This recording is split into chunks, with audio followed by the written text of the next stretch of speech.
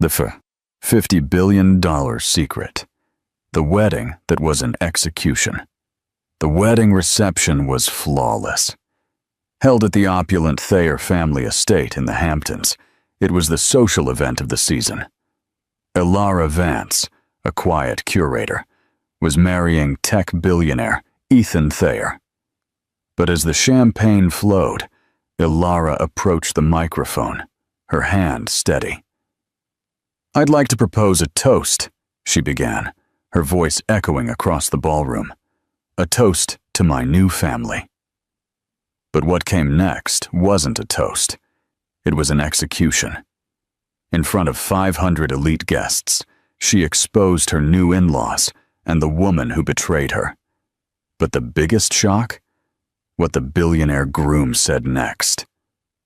Subscribe now and like this video to find out. New money, old scorn. The world knew Ilara Vance as the quiet, brilliant museum curator who had captured the heart of Ethan Thayer, the elusive billionaire CEO of Nexus Dynamics. Their romance was a modern fairy tale, the shy art historian and the tech titan. Ethan was not old money like his parents. He had built his empire from scratch, a fact his parents, Arthur and Genevieve Thayer, never let him forget.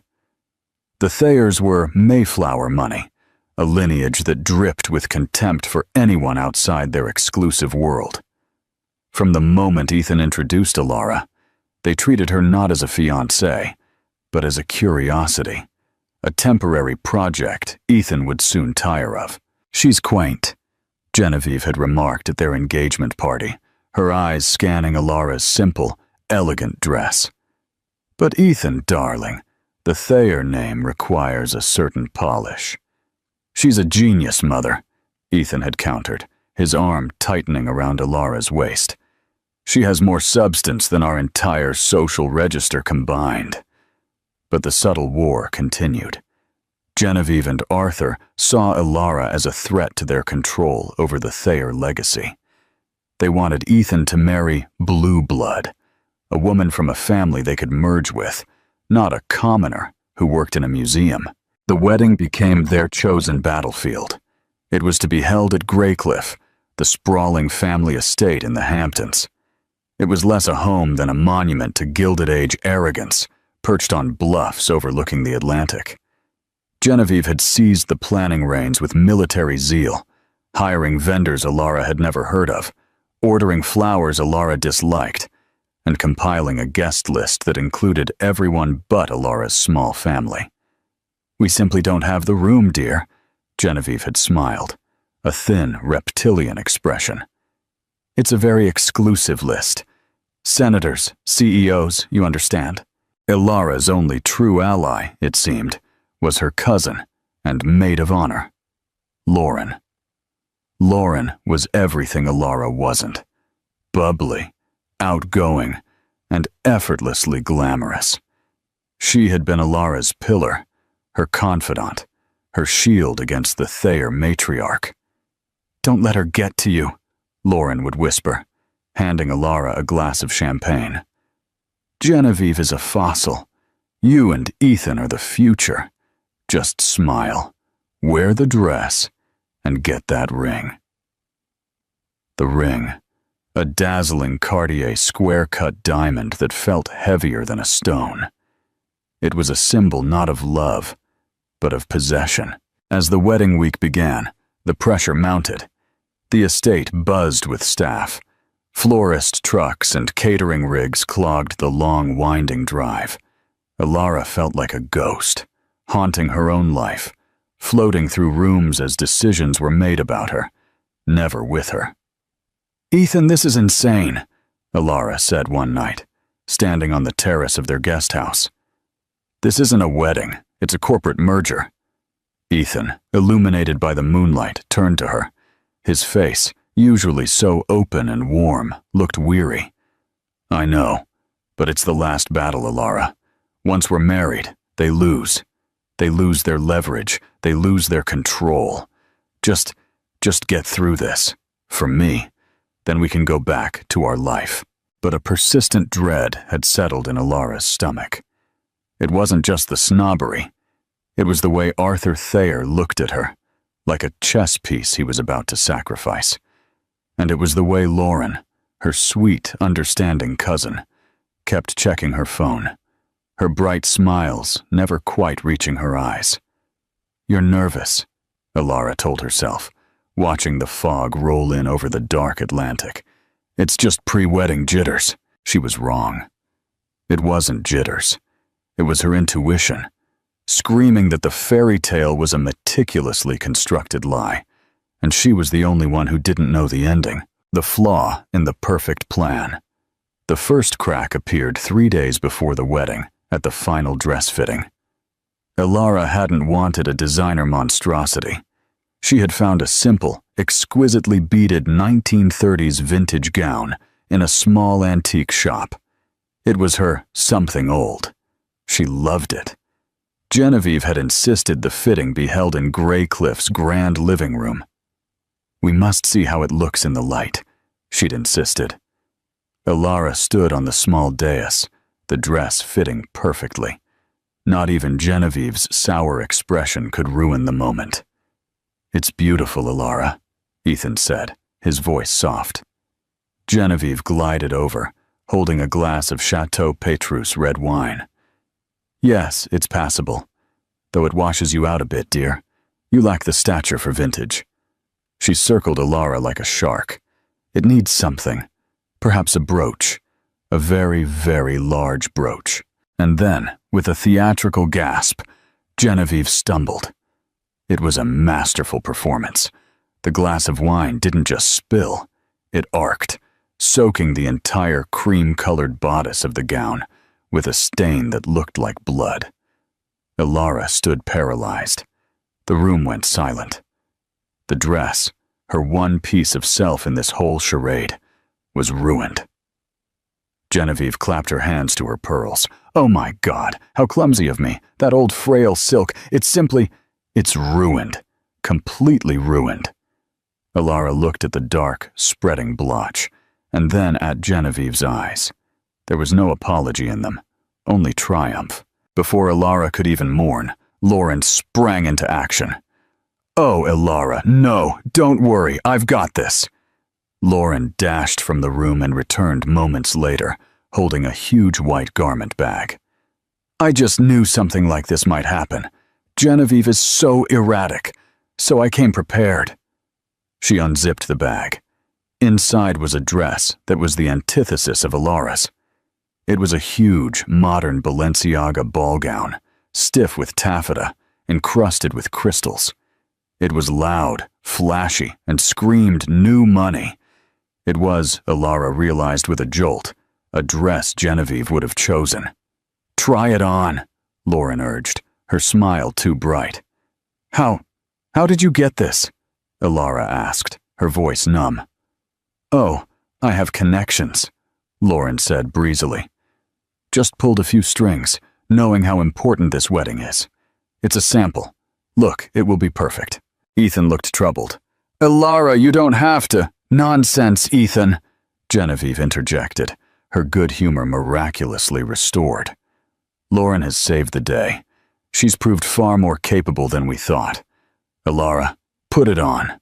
We're on a schedule." Later that night, Alara sat alone. The ruined vintage dress lay crumpled at her feet. Lauren's rescue felt wrong. How did she have a brand new, six-figure designer gown on standby? And why did it feel like a coordinated attack? "She's just trying to help," Alara told herself. "You're paranoid." But the paranoia was taking root. She decided to get some air. She walked silently down the estate's long, carpeted hall. As she passed Arthur's study, she heard his voice, low and angry. She froze, pressing herself against the wall. "I don't care about appearances," Arthur was growling into the phone. "The prenup is ironclad. She signs it tomorrow, or Ethan cuts her out. But the real asset is the Blackwood clause. Once she's in, she's in. We just need her signature on the merger papers after the ceremony. Yes, as a formality. She'll be so dazed she won't even read it.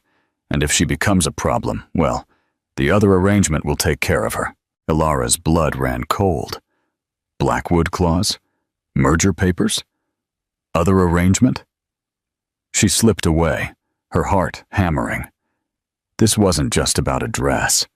This was about something much, much bigger. They weren't just trying to humiliate her, they were trying to trap her. And the other arrangement sounded terrifyingly final. The curator's investigation. Ilara was a curator. Her entire life was dedicated to research, to finding the history beneath the surface, uncovering the provenance. She knew how to excavate. Now she had a new project, the Thayer family. She started that night. She told Ethan she had a migraine and locked herself in the guest house. Her first target, Lauren. The backup dress was the loose thread. Ilara searched online for the specific Balenciaga gown. It wasn't a sample. It was from the latest couture collection, a custom order, the kind of thing that takes months, not an just-in-case purchase. Ilara's mind raced. Lauren didn't have that kind of money or those connections. But Genevieve did. Ilara needed more. She remembered Lauren borrowing her laptop a week ago to check a flight. Ilara rarely used that laptop, but she opened it now. She ran a file recovery program, looking for recently deleted items. Bingo. A hidden folder, deleted from the desktop, but not the drive. It was labeled as contingency. Her hands shook. She clicked. It wasn't emails. It was a phone mirror. Lauren's phone. It looked like Lauren had backed up her phone to Ilara's laptop and forgotten to securely delete the file. The contents made Ilara physically ill. It was a text thread, not with a secret lover, not with a friend. It was with Arthur Thayer. Arthur. She's emotional, unstable. The dress incident was a masterpiece. She is off balance. Lauren. She is buying my supportive cousin act. She trusts me completely. Arthur. Good. The $50,000 has been transferred. Remember the plan. You are not seducing him yet. That comes after the honeymoon. Lauren. I know. I build her trust. She confides in me. After the wedding, I make my move on Ethan. He's lonely. She's difficult. I'll be the comfort he needs. Arthur. This marriage cannot last more than 6 months. When it falls apart, and he's caught in an infidelity scandal with his own wife's cousin, he'll be ruined. Genevieve and I will invoke the morality clause in the company bylaws. We will seize back control of the board. Nexus Dynamics will be ours again. Lauren. And my payout? Arthur. 10 million. And him if you can keep him. But I doubt it. Just do the job. Ilara leaned back, the laptop screen swimming. Lauren. Her cousin. Her maid of honor. She wasn't an ally. She was a mercenary, hired by Arthur and Genevieve. This entire time, the mistress plot wasn't for Ethan to cheat before the wedding. It was a long con. They were manufacturing a mistress, and it was Lauren. They were going to destroy Ethan's reputation, frame him for infidelity, and use the resulting scandal to seize his company. Ilara's humiliation? The dress? It was all just a psychological game to make her look erratic and unstable, to drive a wedge between her and Ethan before Lauren even made her move. She felt a surge of cold, clarifying rage. They thought she was a silly, fragile bird. They had no idea who they were dealing with. But then she remembered Arthur's phone call, the Blackwood clause, the merger papers. This affair plot was despicable, but it was a smokescreen. The texts didn't mention Blackwood. That was a different, deeper secret. The affair was to oust Ethan from the board. But what was the other part of the trap? The part meant for her? She had to get into Arthur's study. Ilara waited until 3 a.m. The massive estate was silent, shrouded in coastal fog. She crept from the guest house, dressed in black, her heart hammering a frantic rhythm against her ribs. She was a curator, not a spy. But the principle was the same. Handle artifacts with care and leave no fingerprints. She had seen Arthur use his keypad code for the study before. His wedding anniversary? Pathetic. The heavy oak door clicked open. The study was a tomb of old money, smelling of leather, brandy, and privilege. His computer was on, a sleek, expensive desktop rig. It was password locked. Ilara's mind raced. What would a narcissist like Arthur use? She tried Thayer.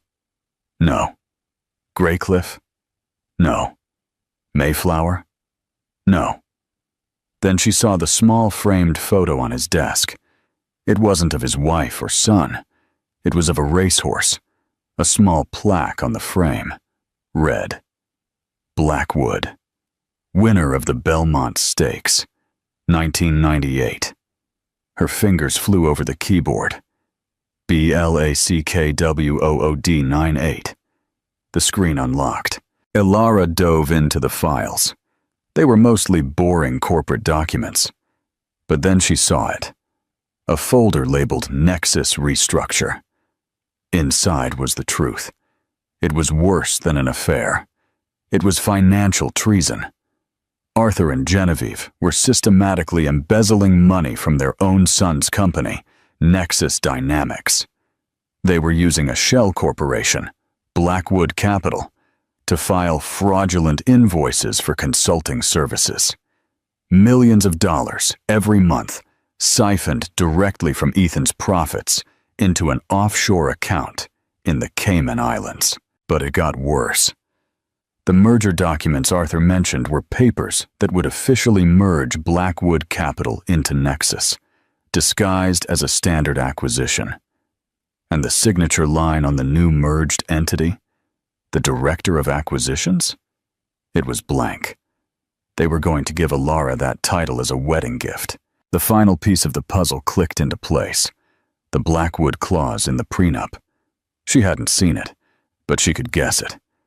It declared that if the marriage ended, each party was responsible for the debts or crimes of any corporate entity they managed.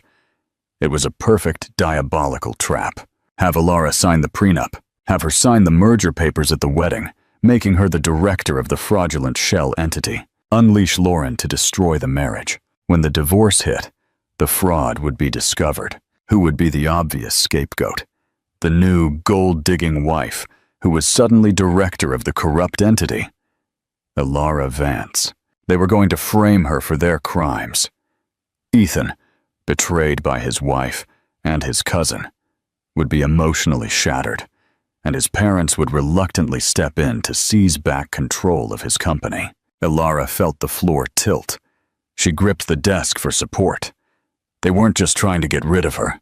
They were trying to erase her. She heard a noise, a creak in the hallway. She didn't run. She didn't hide. She grabbed a small USB drive from Arthur's desk drawer. With steady hands, she began copying the entire restructure folder. Every email, every bank transfer, every damning spreadsheet.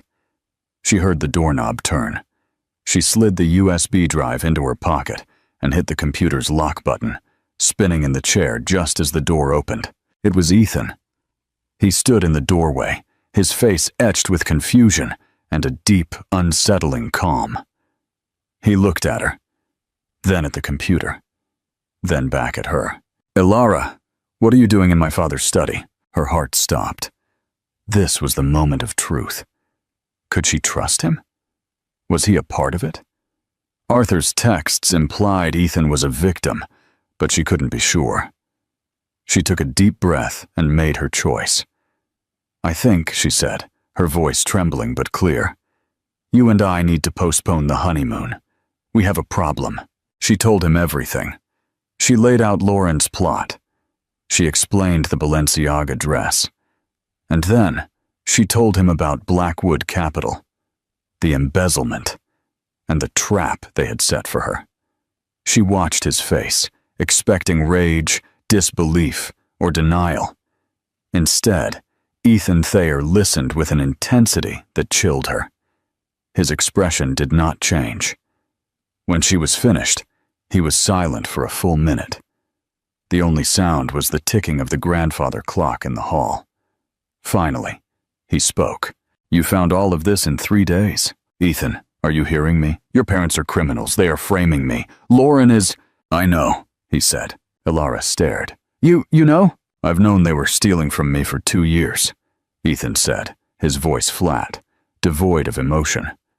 "I just didn't know how they were doing it. Blackwood Capital. That's the piece I was missing. And I had no idea they would pull Lauren into it. That's new." "You knew? And you let me walk into this? You let them humiliate me?" "Elara," he said, stepping into the room. "I knew they were thieves. I didn't know they were monsters. I thought they just wanted money. I didn't realize they wanted to destroy you." He looked at the USB in her hand. "They underestimated you. They think you are a museum piece. They don't realize you are a weapon." "What do we do?" she whispered. "We call the police. We call off the wedding." "No," Ethan said, a hard light coming into his eyes. "We do neither. The wedding is tomorrow. 500 of the most powerful people in the world will be here. My parents plan to destroy us. What they don't realize is, we plan to destroy them." "What do you mean?" "I mean," Ethan said, taking the USB drive from her hand, "you're going to wear your beautiful dress. You're going to walk down that aisle, and you and I are going to put on the performance of our lives." The performance of their lives. The morning of the wedding was a masterpiece of cognitive dissonance. Elara was laced into the garish, stiff Balenciaga gown by a fawning Lauren. "You look stunning," Lauren gushed, her eyes bright with duplicity. "So much better than that old rag. You look like a Thayer." "Thank you, Lauren," Elara said, her voice smooth as silk. "I couldn't have done this without you." Genevieve was in her element, marching through the halls of Greycliff, barking orders at staff. She saw Elara and gave a rare, thin smile. "See? I told you that dress was better." Finally fitting in. "You were right, Genevieve," Elara said. "Today is a day for new beginnings. Gongs." The house overflowed with hydrangeas. A string quartet played softly. Guests began to arrive. The CEO of J.P. Morgan, a senator from New York, tech rivals from Silicon Valley. It was a sea of power, and Elara, Ethan, and his parents were at the center. Ethan found her just before the ceremony. He looked impossibly handsome in his tuxedo. He took her hands. "Are you ready?" "No," she whispered truthfully. "I'm terrified." "Good," he said. "Use it. Remember, they want you to be the trembling, naive bride. They're counting on it." Then he leaned in and whispered, "I sent a small gift to your room, a something new. I think you should wear it." He left. Elara, confused, rushed back to her bridal suite. On the bed, perfectly spread out, was her original vintage 1930s dress. It was pristine. The wine stain was gone. A small note was pinned to it. "My friend at the Met Museum is a genius with textiles. I could never let you marry in a dress chosen by our enemies." Elara stripped off the Balenciaga and pulled on her dress. When she stepped out at the top of the grand staircase, she saw Genevieve's face. The matriarch's smile froze, and her eyes widened in pure fury. Elara simply smiled and began her descent. The ceremony itself was a blur. It took place on the lawn, the Atlantic crashing violently against the bluffs below. Elara and Ethan stood under an arch of white roses. She could feel Arthur's gaze on her. She could feel Lauren standing beside her, radiating smug victory. They said their vows. Elara's voice was steady. "I promise to be your partner," she said, looking straight into Ethan's eyes, "in truth and transparency, with no secrets between us. Your world is mine, and my world is yours, always." Ethan's vows were equally loaded. I promise to honor you, to protect you, and to build a life with you, based on unconditional trust. I will be your shield, and I will be your sword. No one will ever hurt you again. I swear it." They were pronounced husband and wife. Ethan kissed her, a brief, hard kiss that felt less like romance and more like a pact. The crowd erupted. The trap was set. The reception was held in the grand ballroom, a cavernous space with gold-leaf ceilings and crystal chandeliers that once belonged to a Russian czar. The atmosphere was ebullient. Champagne flowed like water. Ilara and Ethan had their first dance. "They're watching us," Ilara whispered, as Ethan twirled her. "Of course," he murmured back. "My mother is livid about the dress. My father is already calculating how long it will take to get you to sign those papers. And Lauren is probably picking out the china pattern for her wedding to me." "This is insane," she said. "This is justice," he replied. "It's time for the toasts." They took their seats at the head table. Arthur, as father of the groom, stood up first. He tapped his glass. "Friends, family," he began, his voice booming. "We are here to celebrate a joining. When my son Ethan first built his company, he did it with ideas. But ideas are fleeting. It is legacy that endures. It is family that endures." He raised his glass to Ilara. "We are so surprised Ethan chose someone so simple. But we're certain she'll learn the Thayer way. She is a quick study after all. We welcome you, Ilara, to the family." The applause was polite. It was a clear, public insult. Next, Genevieve rose. "To Ethan and Ilara, may they be as happy as they deserve." Another veiled threat. Then, Lauren. "To my dearest cousin, Ilara," she gushed, lifting her glass. "We've been through so much. I'm so happy you finally found someone to take care of you. You deserve all the happiness in the world. And to Ethan, welcome to the family. I look forward to getting to know you much better." She winked. It was disgusting. Ilara felt the stares of 500 people. Finally, it was Ilara's turn. Ethan squeezed her hand. She stood up, walking toward the microphone. The room quieted. "Thank you," she began, her voice soft, making the crowd lean in. "Thank you all for coming. Thank you, Genevieve and Arthur, for this extravagant welcome. And thank you, Lauren, for everything." She smiled, a small, sad smile. "Arthur mentioned that I'm a quick study, and he's right. I've learned a lot since meeting the Thayers. I've learned about art, about business, about family values." She turned to Ethan's AV technician, who was manning the large screen set up for a romantic slideshow. "Jamie, could you please run the presentation I gave you? I call it the Thayer Family Values." Genevieve looked confused. Arthur narrowed his eyes. "Of course, Mrs. Thayer," the technician said. The screens flickered. But it wasn't a photo of Ilara and Ethan. It was a bank statement. A $50,000 transfer from Thayer Industries to a private account. "This first slide," Ilara said, her voice gaining strength, "is a generous gift from my new father-in-law, Arthur Thayer, to my maid of honor, Lauren. A thank you for her services." A collective gasp swept the room. Lauren went white. Click. The next slide. It was the text thread, blown up, 20 feet high. "Arthur, this marriage cannot last more than 6 months. Lauren, I know. I'll make my move on Ethan. He's lonely. I'll be the comfort he needs. Arthur, we will seize back control of the board. Nexus Dynamics will be ours. This," Ilara said, her voice ringing with ice, "is the plan. Hire my own cousin. Seduce my husband, fabricate an infidelity scandal, and steal his company. A round of applause for family values, please." Lauren let out a choked sob and slumped in her chair. "But wait," Alara said. "There's more." Click. The next slide. A complex diagram of shell corporations. Nexus Dynamics at the top. An arrow pointing to Blackwood Capital. Cayman Islands.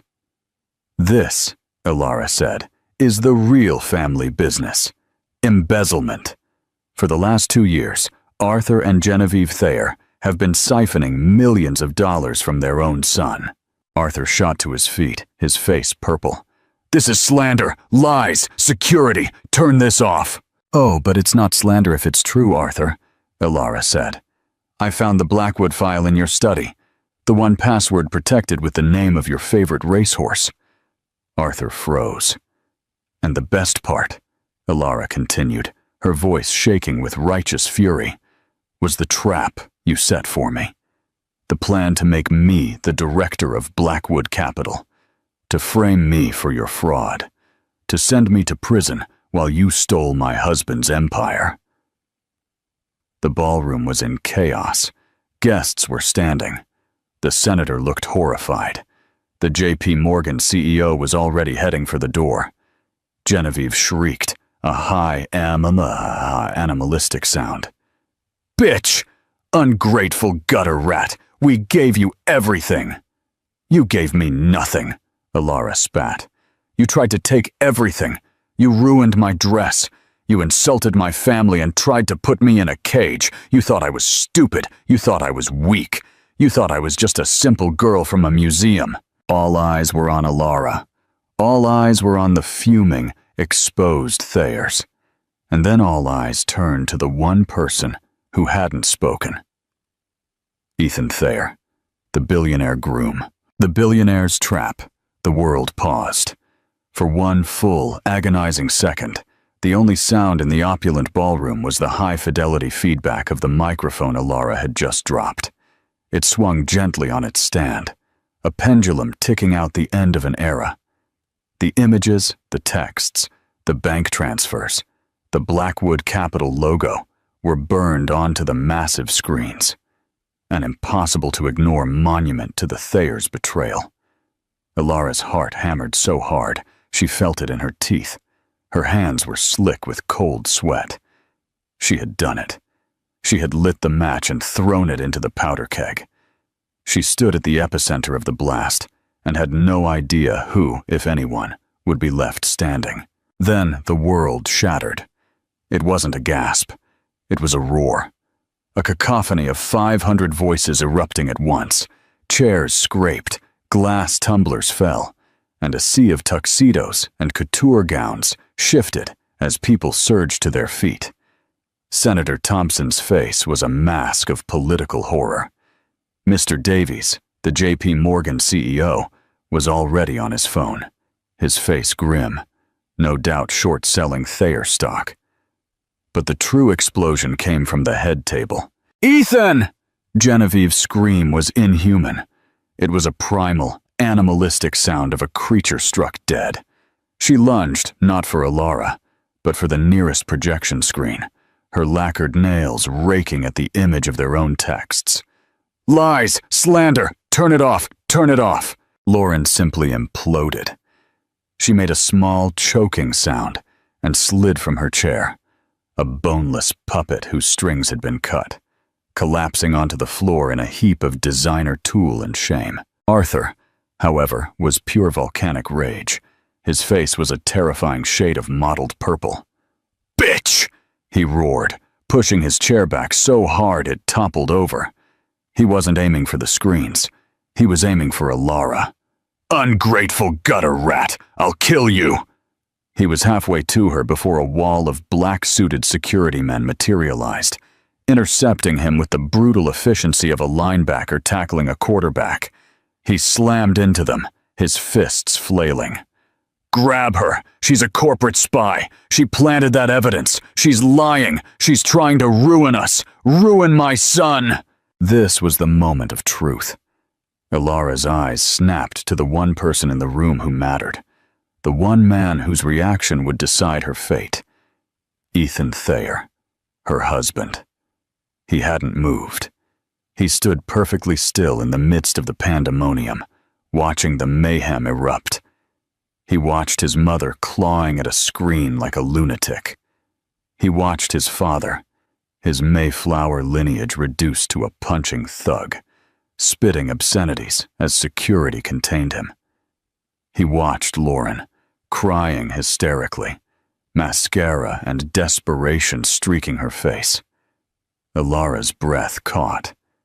He was calm. Too calm. Was this the part where he disavowed her, where he painted her as a hysterical, jilted bride? Had she miscalculated? Was he also part of a trap so deep she hadn't seen the bottom? Arthur saw his son's stillness and mistook it for shock. "Ethan!" he bellowed, straining against the security wall. Tell her she's a liar. Tell her you hate her. Tell them it's all her doing." Ethan Thayer let the silence linger. He allowed his father's accusation to float in the air, thick and poisonous. Then, slowly, he rose to his feet. He didn't yell. He didn't have to. Calmly, he picked up the heavy crystal water goblet from their table. He looked at it, then looked at his father. And he threw it, not at his father, but onto the floor by his father's feet, where it shattered into 1,000 pieces. The resulting crash cut through the remaining noise like a gunshot. A terrified, absolute silence fell over the room. Ethan picked up the microphone from the head table. The electronic pop as he turned it on was like a judge's gavel. He looked at his father, who was still gasping for breath, his $10,000 tuxedo ripped at the shoulder. Ethan's expression wasn't rage. It wasn't sadness. It was the kind of disappointment a professor shows a star student who just cheated on a simple test. "She didn't fake anything, Father," Ethan said. His voice was amplified, cold, and clear as a diamond. It echoed off the gold leaf ceilings. Not a single thing. A new wave of whispers rippled through the crowd. Arthur's face went from purple to a sickly white. Ethan addressed the 500 stunned guests. "My wife is a brilliant woman, a curator, a researcher. Her entire life is dedicated to finding the truth beneath the paint, the provenance behind the artifact. And in 3 days, she uncovered a criminal conspiracy that has been poisoning my company and my life for years." He turned to his parents. "She is completely correct. My parents are thieves. My wife's cousin is a whore for hire. Everything you see on those screens is the unvarnished, pathetic truth." Ilara felt a wave of relief so powerful her knees almost buckled. He believed her. He was standing up for her. But Ethan wasn't finished. He held up a hand. "But the truth is, Ilara only found about 70% of it." A new silence of confusion. Ilara looked at him, startled. "What?" Genevieve, who was gasping by the screen, froze. Arthur's eyes narrowed. Ethan smiled, a thin, dangerous smile that contained no warmth whatsoever. "That other 30%, the accounts in Switzerland that Blackwood Capital was feeding. The 80 million in laundered art purchases my mother has been gifting to international museums to clean the money? The bribery. Oh, that's my favorite part." He pointed the microphone, not at his parents, but at the crowd. "Isn't that right, Senator Navarro?" The senator from New York looked like he'd been shot. "That anonymous $5 million donation to your youth foundation, right after that Nexus Dynamics defense contract, was suddenly approved by the committee? The one my father personally lobbied for, against my express wishes?" Senator Navarro began backing away, muttering to an aide, Get the car now." Ethan's gaze swept the room. "My parents weren't just embezzling. They were committing wire fraud, securities fraud, tax evasion, and conspiracy to bribe a public official. They weren't just trying to steal Nexus Dynamics. They were using it as their personal piggy bank to commit federal crimes." He finally looked at his father, who was now shaking. "You see, Father, my wife, in her brilliance, was gathering evidence for what she thought was a divorce filing, or a criminal case to save herself. I, Ethan said, tapping his own chest, have been gathering evidence for the Southern District of New York for 18 months. The gasp in the room was so sharp it stole the air. Arthur Thayer's legs gave out, and he staggered, grabbing a chair for support. He was looking at his son as if for the first time. "This wedding," Ethan announced, his voice ringing with the finality of a death sentence, "was a trap. But not for my wife. It was never for her. It was for you." Ilara's mind reeled. 18 months? He knew. He knew the whole time. "I knew they were stealing from me since the Q2023 audit," Ethan continued, his voice a quiet, terrifying monotone, as if explaining a complex algorithm. "I knew you were arrogant. I knew you, Mother, were consumed with a bitterness that was rotting you inside because your son outshone you. I knew you hated Ilara because she was smart and kind and mine. So I let them," he said. "I let them steal. I let them build their little shell corporation. I let them plan their takeover. I fed them false information. I let them believe they were winning. Because I wasn't just building a civil case. I was building a federal one. I needed you to commit so many crimes, so publicly, that no lawyer, no judge, no dynasty could detach you from it.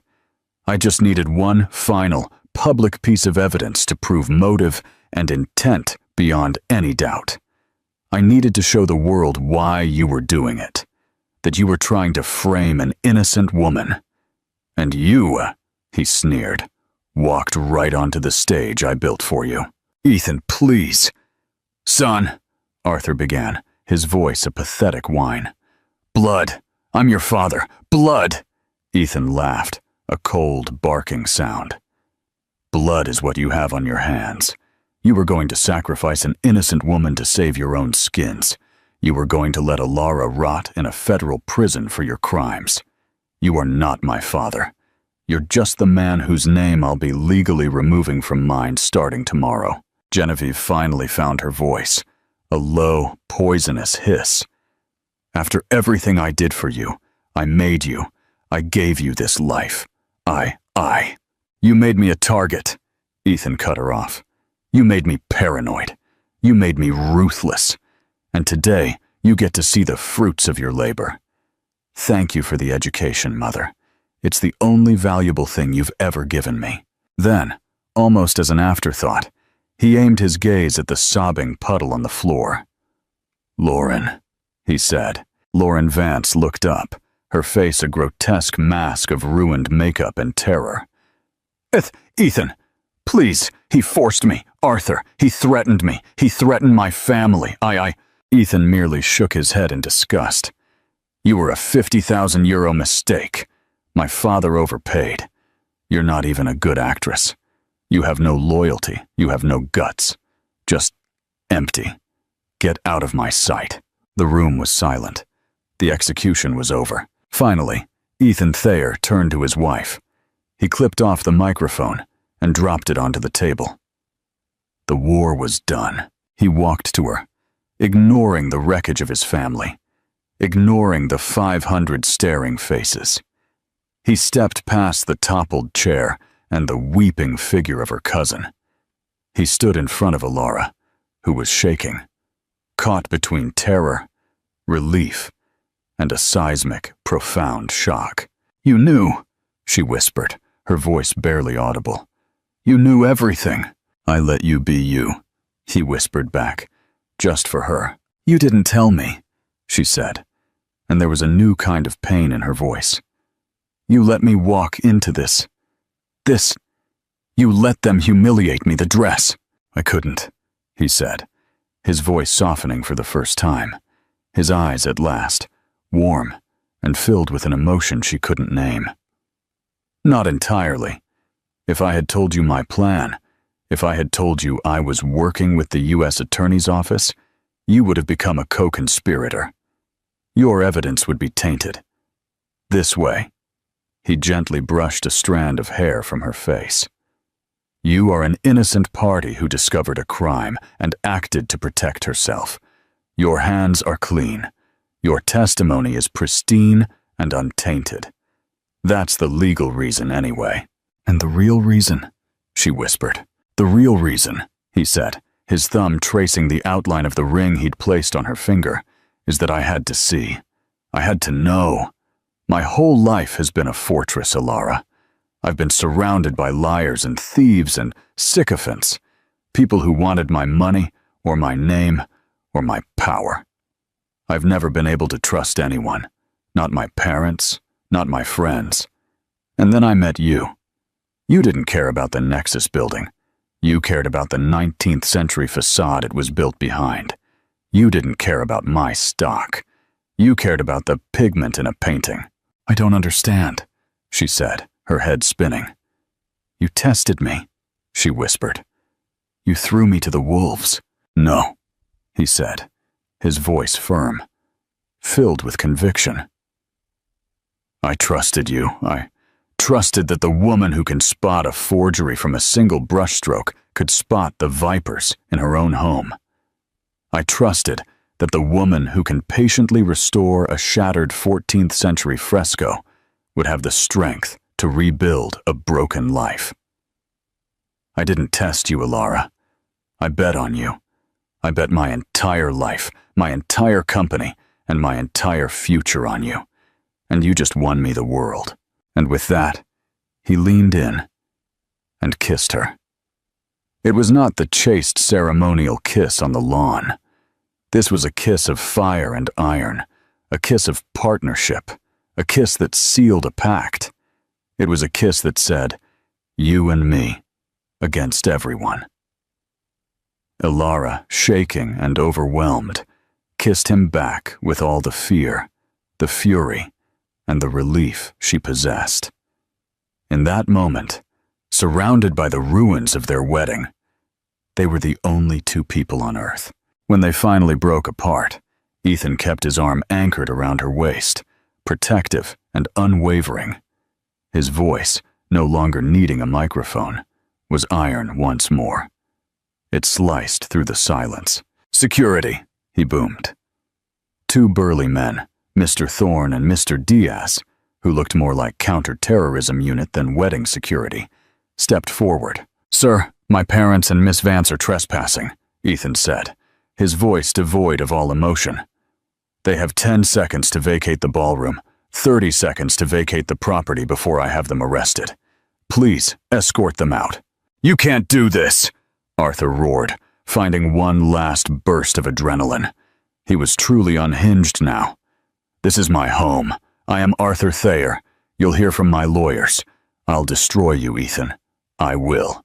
You'll have to visit him at Rikers Island, Ethan said, addressing the air, not even looking at his father.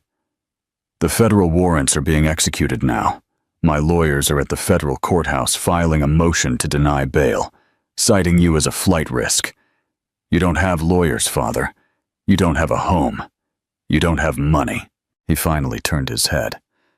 Oh, that reminds me. I bought the mortgage on Greycliff 3 months ago, after you defaulted for years. You haven't been living here. You've been squatting. I own the house. I own the art. I own the land. He looked at his mother's horrified expression. I even own that garish dress you're wearing. That was the final blow.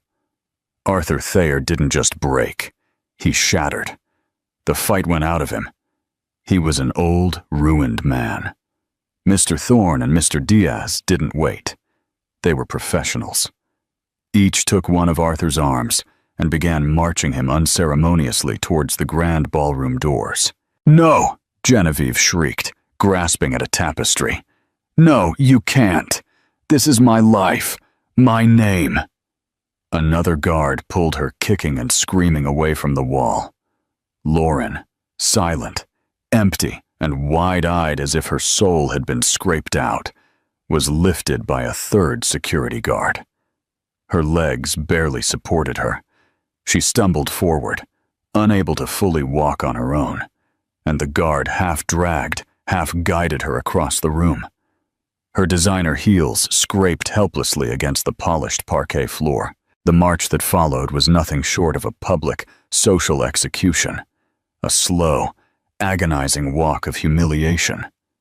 No one dared break the silence except for Genevieve's shattered, incoherent sob, the kind that doesn't come from grief, but from shock and the sudden freefall of losing everything at once.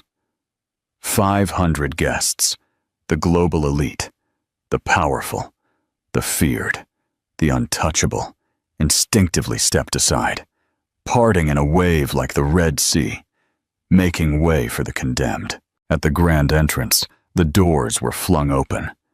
The trio was unceremoniously ushered out into the cold, fog-shrouded Hamptons night.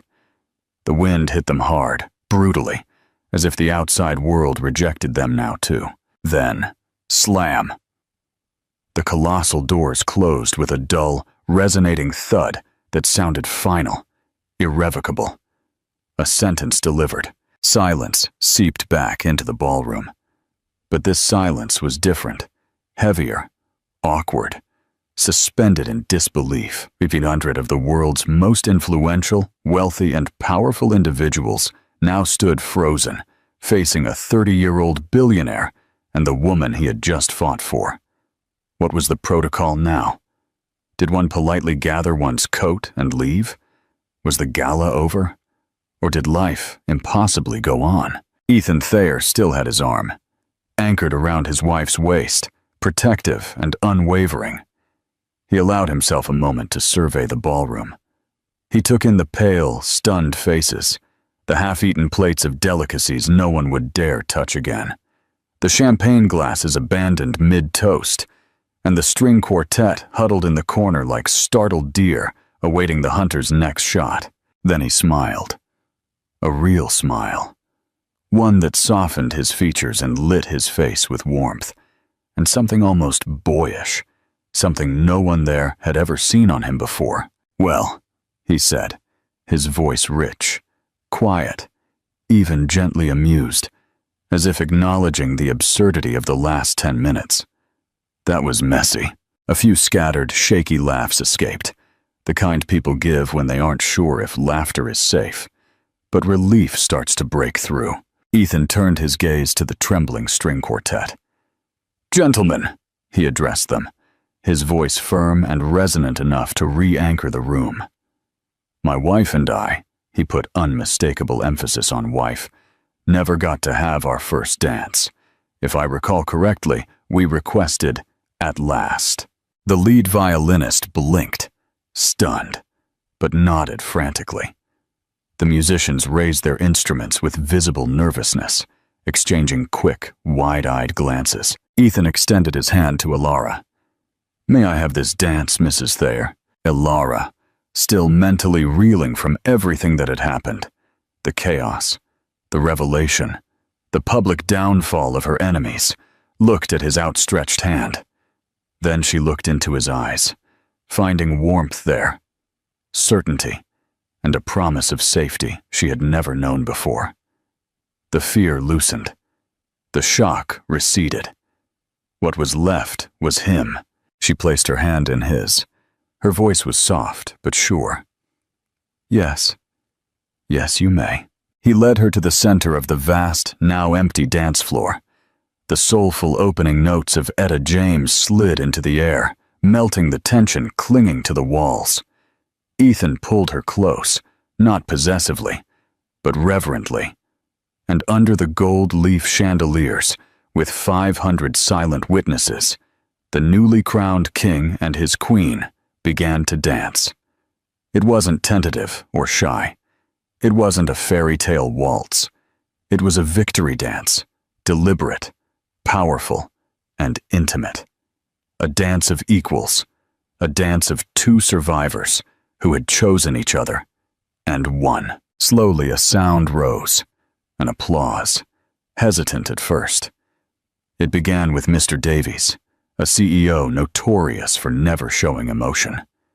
He stood up, clapping with genuine, awestruck respect, aimed directly at Ethan.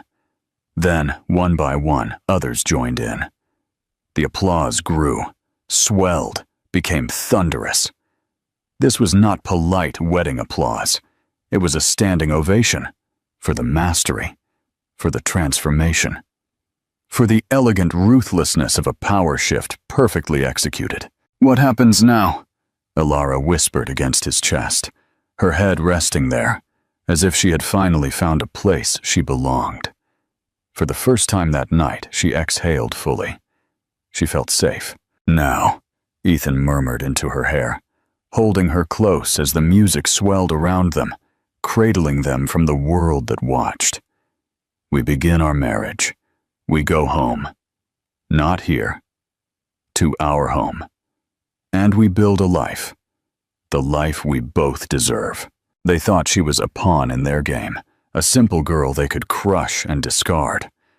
They didn't realize she was the player who would flip the whole board. Alara and Ethan's wedding day didn't end with a honeymoon. It ended with the complete dismantling of a corrupt dynasty. Justice and karma served cold in front of 500 guests. Conclusion and final call to action. What did you think of Alara's revenge? Was Ethan's master plan even more shocking? We have new stories like this dropping every week, packed with drama, twists, and ultimate payback. If you love this, you won't want to miss what's next. Don't forget to hit the like button. If you enjoyed the story, share this video with someone who loves a good revenge plot.